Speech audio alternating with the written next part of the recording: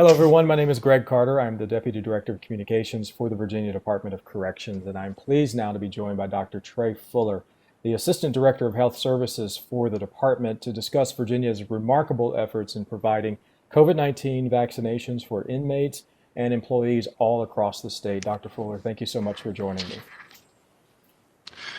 Thanks for having me on, Greg. It's good to talk to you. There's been a lot of debate about the vaccination of incarcerated men and women. If you will, help the people in our communities understand just why is it's so important to offer vaccinations to the incarcerated populations. Yeah, there's a few reasons, Greg, and one is that they're in a congregate care setting. So when we look at long-term care and the reason why those people are prioritized, it's not specifically due to age or comorbidities, which often those places have those high-risk groups as well, but it's because there's no real method to stop transmission among groups who are confined into a single living space. And so we know this is spread through respiratory droplets and person to person, right? So we have to make sure that we do everything to protect those people.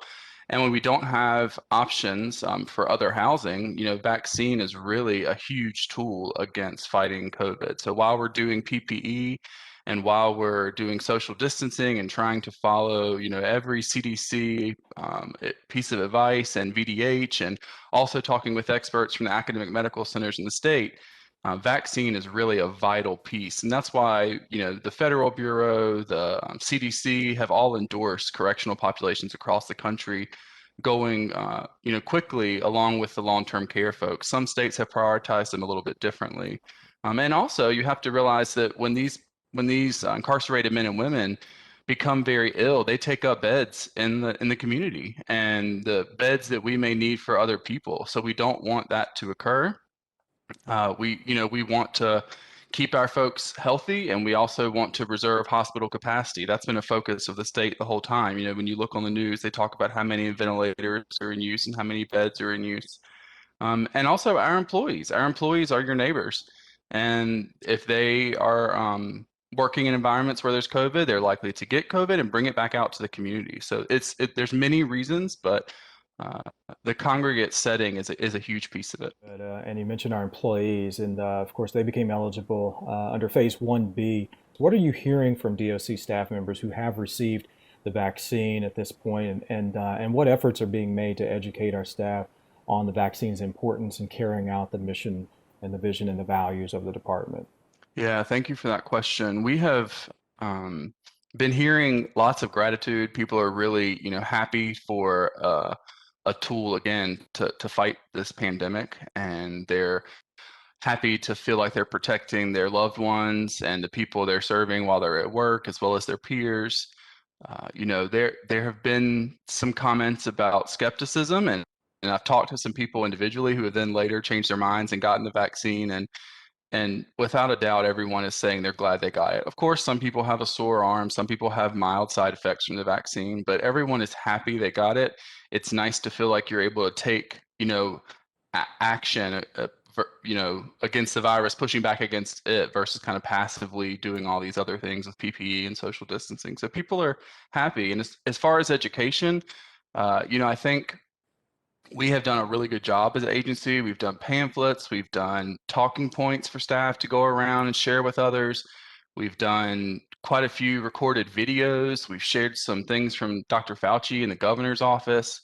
And we've created hotlines for staff to be able to put in questions and get answers. And we continue to educate. We've hired Deloitte to help us with some vaccine rollout plans, and part of that is around vaccine hesitancy and educating our staff and inmates. We have over 11,000 employees. We have currently about 23,000 inmates statewide.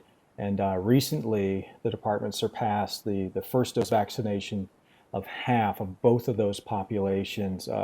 What does that say about the DOC? What does that say about health services, given the effort that has been put into making sure that these vaccines are distributed throughout the state to receive, to achieve that goal of hitting that halfway mark right now? And of course, we'd like to get so many more vaccinated as we move along.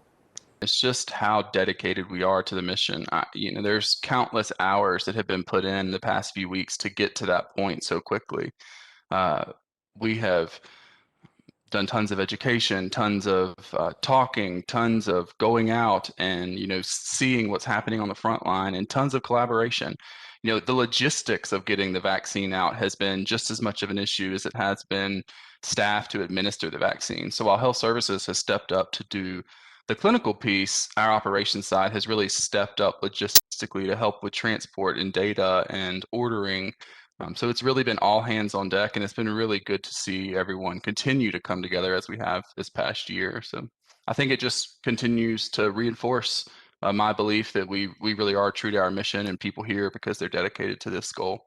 Dr. Fuller, thank you so much for joining me for this talk, and I appreciate your insight and information about the efforts the department is making to vaccinate our inmates, to vaccinate our staff, and to create a safer community for all of us. I appreciate your time. Thank you, Greg. Have a good one. You too. Thank you.